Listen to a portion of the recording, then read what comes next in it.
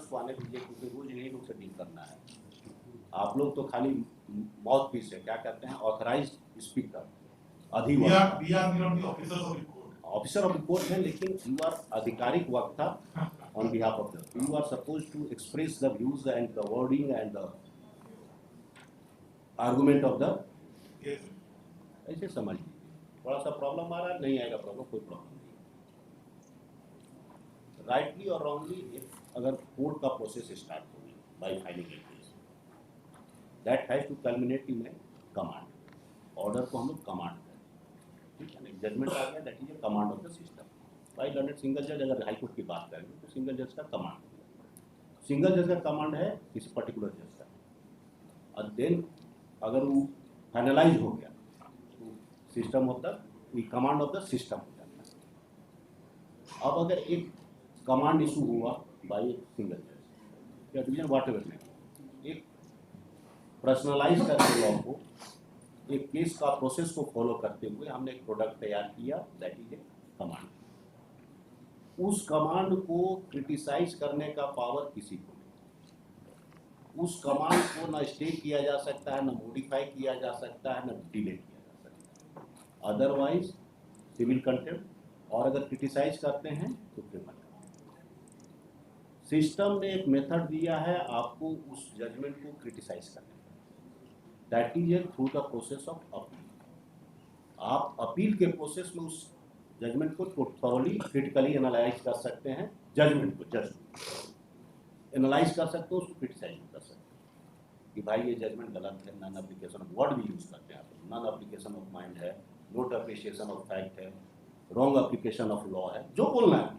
Appellate court में आपके पास liberty है, जैसे पार्लियामेंट में लिबर्टी होता है, वैसे अपीलेट फोरम में आपको लिबर्टी है, ऑफ कोर्स विथ डिसेंसी और with certain control, you can criticise the judgment. और अगर आपका क्रिटिसिज्म एक्सेप्ट हो गया, जजमेंट को रिवर्स कर दिया गया, तो वो प्रिवेल करेगा पीछे वाला, दिस इज द वन। और अगर कंटेम्प्ट आ गया, कंटेम्प्ट कोर्ट में आप उस जजमेंट को क्रिटिकली एनालाइज नहीं कर सकते, ना उसको स्टे कर सकते हैं, ना मॉडिफाई कर सकते हैं, जो भी करना है अपील। बात समझ गए? प्रॉब्लम हमारे साथ क्या आ रहा है कि बहुत जगह कंटेम्प्ट में आपकी बुद्धि खुलती है। बुद्धि खुलना है तो रिट में खुलना चाहिए, फिर खुला है तो एलपीए में खुलना चाहिए, कंटेम्प्ट में बुद्धि में खुलना। सिंपलिसिटी है, उठो तो उठो, बैठो तो बैठो। बात समझ रहे हैं? कमांड खैर दैट हैज बीन कंप्लाइड। हाँ तो ठीक है, एलपीए भी होता है। हम लोग ऐसा रोज, हम ही सरकारी वकील 18 साल थे, ऐसा खूब ऑर्डर करवाते थे। एलपीए में आप गए हैं, एलपीए ये भी जजमेंट है कि अगर कंटेम्प्ट फाइल किए उसके बाद एलपीए में, क्योंकि LPA should be bona fide, not the mala fide, not for a creation of the defence. अगर ये हमको लगता है it is a creation of defence, it is a ploy to delay the और स्टे द कमांड, तब तो हम नेगेटिव एरिया में चले जाएंगे, तब तो कंटेम्प्ट में काउंट हो जाएगा। बस इतने और कुछ नहीं, कीप इट इन माइंड। और इस सब में बहुत ज़्यादा दिन प्रोसेस चलता नहीं, जो भी करना है आप अपील फाइल कीजिए, नहीं तो कंप्लाई कीजिए। अगर अपील में डिले हो गया है, you have landed in a wrong arena, तो इन दैट केस में subject to the result of LPA कर फर्दर प्रोसीडिंग कर दीजिए, दैट इज कैन बी।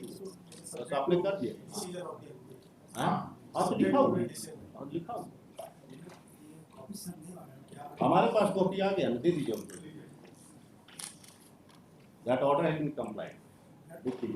हाँ ना, आप क्या रखेंगे ऑर्डर कंप्लाई, ना ऐसा नहीं होता।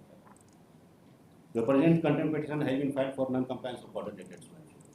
Today, notification dated 23/9/2025 has been issued. It has been brought to my notice. We suggest that order has been complied, giving the